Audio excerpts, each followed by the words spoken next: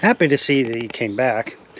One of the problems with this truck also, when we got it here to the house, I went ahead and released the lock on the fifth wheel slider, and when I did that, we had water coming out of this line. So this line is actually broke. Got a brand new line to put on it, and you have this spring here. To get this spring off, to get to the fitting, all you do is turn this spring counterclockwise and it'll unscrew itself from the fitting. That's what I'm going to do on the other end also. Changing this line is rather simple. All you do, you have to select the right size wrench, of course, and this one is 9/16. Once you get the spring off, you just go ahead and loosen up the nut, and it works on both ends the same way. So I'm only going to show one end because it would be redundant to show you both sides. And once you get it broke loose, you just go ahead, take it off. And then the new one, I'm going to show you putting one end of the new one on. You do the same thing on both ends. Well, here's what you get with the new air line.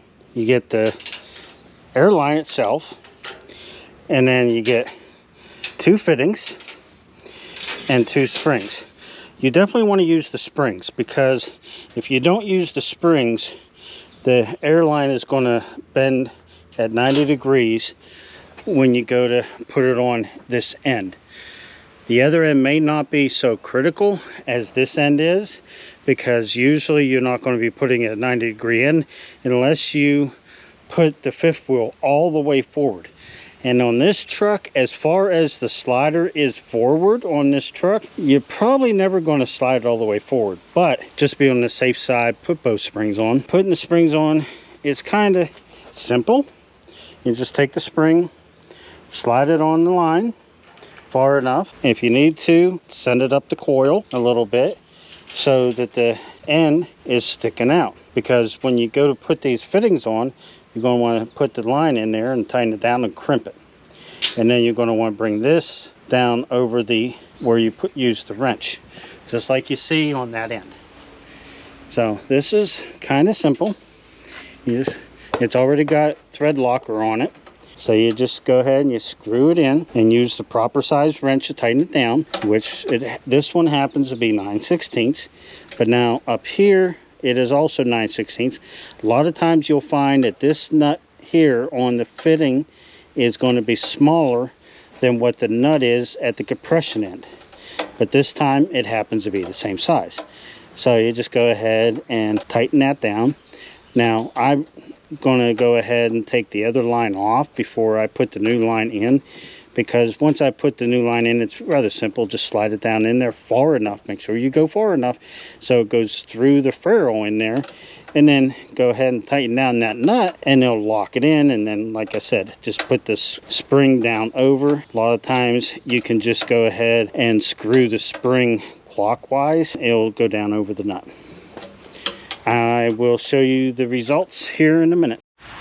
Now, when you're going to put this new line down in here, if you're worried that you don't know if it's going to go in far enough, one of the little things you can do is you can take this nut and the ferrule off, put it on the line first, and don't drop anything, because then you gotta go find it, and hopefully you can find it. Get the nut on there, get it on far enough, get the ferrule in there to where the line sticks out past the ferrule. I'm sticking it out past for demonstration purposes a lot. It won't be that far. And then you can always take it with it sticking out like that, stick it over the insert and shove it down in there and make sure it bottoms out before the ferrule does. And that way you know that you're going to get it crimped on there plenty far enough that the ferrule's not touching and it won't go any further. So now I can go ahead and tighten that down with the wrench. And you want to make sure it's tight, because you're crushing that ferrule to lock it in there, but you don't want to strip it out. And remember, it's brass. It will strip out. Not super easy, but I mean, if you start trying to get ridiculous on it, it will strip out. So it's tight enough where that line, as you can see, I'm trying to pull it out, it will not come out. So then you just put the spring down on there and make sure it goes, the nut comes up to that part, You can screw it a little bit to make sure it's all the way in, and that's all there is to it. Now the old one, because we knew where the water squirted out was right here, if we were in a real bind where we had to fix this one, we could cut this line back a little bit and put another fitting on here. I mean, if it's broke right there, that means the rest of this line is not in the greatest shape. If you can, you're better off replacing it. And as you just seen, it's not that hard to replace. I appreciate everybody coming back. Hit that subscribe button, thumbs up, and I hope you liked the video. Thank you, and everybody have a better day.